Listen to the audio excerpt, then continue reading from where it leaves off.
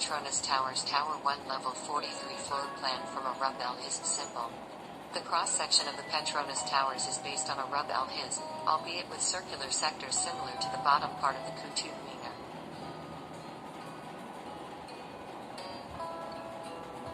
The towers were designed by Argentine-American architect Cesar Pelli.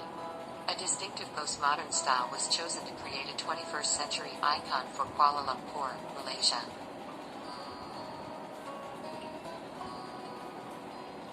Planning on the Petronas Towers started on January 1, 1992, and included rigorous tests and simulations of wind and structural loads on the design. 7 years of construction followed at the former site of the original Selangor Turf Club, beginning on March 1, 1993 with excavation, which involved moving 500 truckloads of earth every night to dig down 30 meters, 98 feet, below the surface.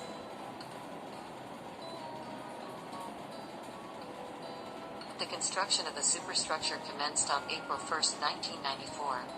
Interiors with furniture were completed on January 1, 1996. The spires of Tower 1 and Tower 2 were completed on March 1, 1996, 3 years after its construction was started, and the first batch of Petronas personnel moved into the building on January 1, 1997.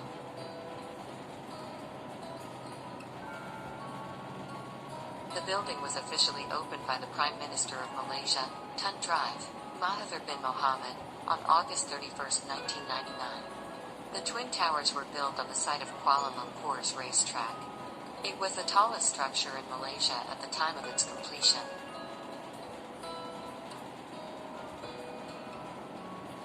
Test boreholes found that the original construction site effectively sat on the edge of a cliff. One half of the site was decayed limestone while the other half was soft rock.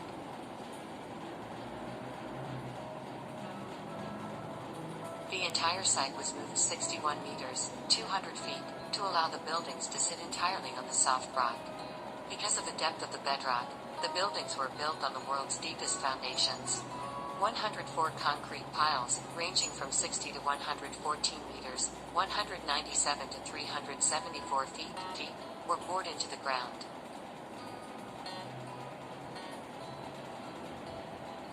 The concrete raft foundation, comprising 13,200 cubic meters, 470,000 cubic feet, of concrete was continuously poured through a period of 54 hours from each tower.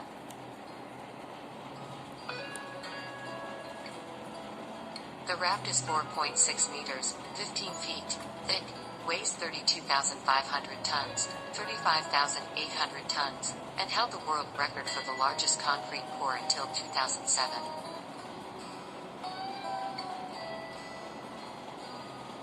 The foundations were completed within 12 months by Bachi Salitanj and required massive amounts of concrete. As a result of the Malaysian government specifying that the buildings be completed in 6 years, 2 construction consortia were hired to meet the deadline, 1 for each tower.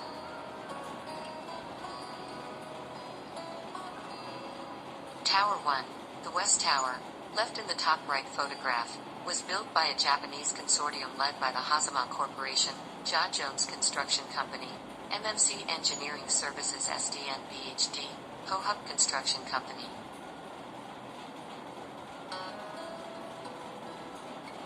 BHD and Mitsubishi Corp., while Tower 2, the East Tower, right in the top right photograph, was built by a South Korean consortium led by the Samsung Can Corporation, Kukdong Engineering and Construction and Sirakat Jasatara SDN BHD. Early into construction, a batch of concrete failed a routine strength test, causing construction to come to a complete halt. All the completed floors were tested, but it was found that only one had used a bad batch, and it was demolished.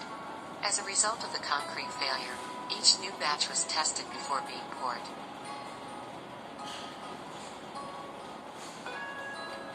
The halt in construction had cost $700,000 per day and led to 3 separate concrete plants being set up on the site to ensure that if one produced a bad batch, the other 2 could continue to supply concrete. The Sky Bridge contract was completed by Kukdong Engineering and Construction. Tower 2, Samsung Can, became the first to reach the world's tallest building at the time.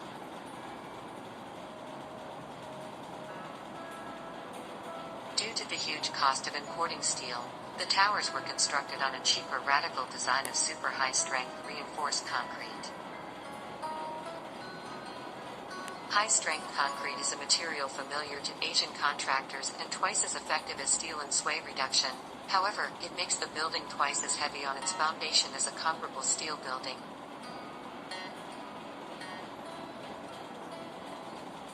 Supported by 23 by 23 meter concrete cores and an outer ring of widely spaced super columns, the towers use a sophisticated structural system that accommodates its slender profile and provides 560,000 square meters of column-free office space. Below the Twin Towers is Surya KLCC, a shopping mall, and Petronas Philharmonic Hall, the home of the Malaysian Philharmonic Orchestra.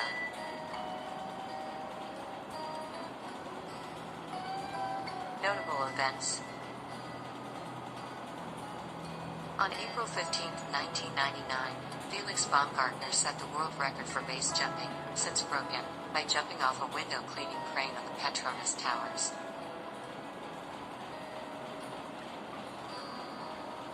Thousands of people were evacuated on September 12, 2001 after a bomb threat the day after the September 11 attacks destroyed the World Trade Center towers in New York City.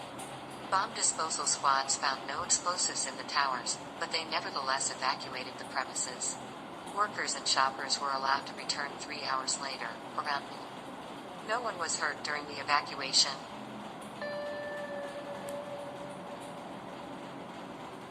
On the evening of November 4, 2005, a fire broke out in the cinema complex of the Surya KLCC shopping center below the Petronas Towers, triggering panic among patrons. There were no reports of injuries. The buildings were largely empty, except the shopping mall, Surya KLCC, because of the late hour. The only people involved were moviegoers and some diners and restaurants. On the morning of September 1, 2009, French urban climber Alain Spider-Man Robert, using only his bare hands and feet and with no safety devices, scaled to the top of Tower 2 just under 2 hours after 2 previous efforts had ended in arrest. In his first attempt on March 20, 1997, police arrested him at the 60th floor, 28 floors away from the summit. His second attempt, on March 20, 2007, exactly 10 years later, was also stopped on the same floor, though on the other tower.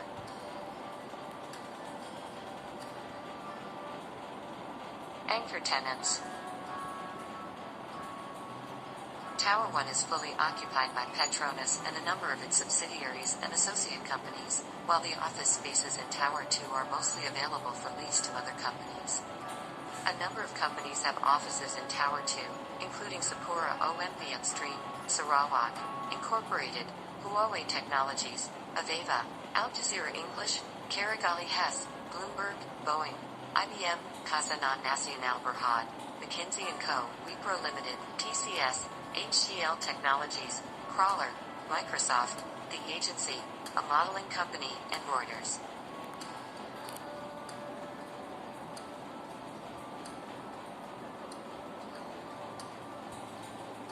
Its attractions include an art gallery, an underwater aquarium, and also a science center.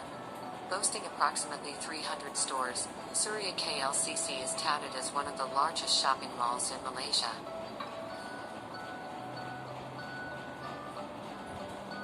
Visitors recommend allocating at least an hour to complete a tour of KL Tower. While the night views are equally incredible, the best time to visit the tower is in the morning for clear views of the city, a nice breeze, and lesser crowds.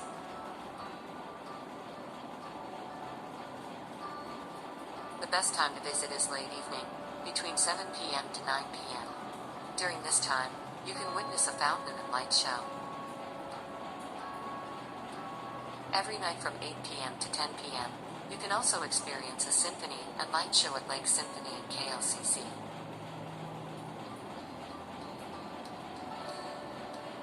Another good reason to visit the Petronas Twin Towers at night is that you can watch the Lake Symphony in KLCC Park.